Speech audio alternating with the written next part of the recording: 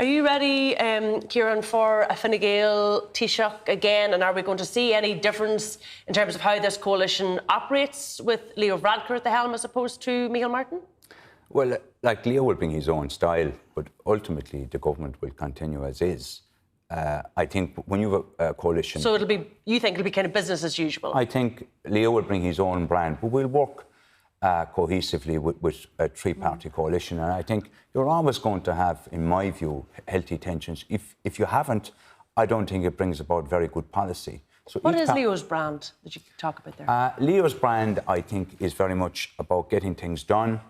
He connects with people. He wants to... the big issue and it's the big issue out there at the moment is housing.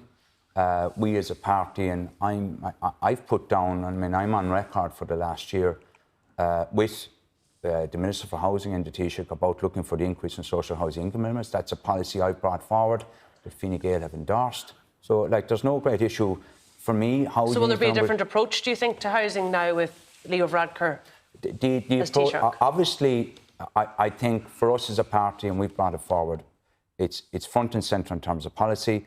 Obviously, the configuration in terms of the ministers and portfolios, that's entirely a discussion that the leaders have had and are having. I'm not privy to them, but that's entirely a matter for the three-party leaders. I mean, the polls don't suggest that Leo is connecting with the public. I mean, there are 21%, much the same as you were in February 2020, and significantly down from when Leo Varadkar took leadership in the summer of 2017, when many in Fine Gael hailed him as the person who would bring Fine Gael to greater glory. You quoted the most recent poll. Leo was well up in the popularity stakes there. But are they stagnating? Fine Gael are 21% consistently. Is Fine Gael stagnating at the moment, though, generally? Is it stagnating generally?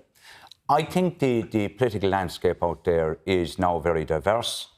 We've been in government for many years, so it's never easy when you are in government.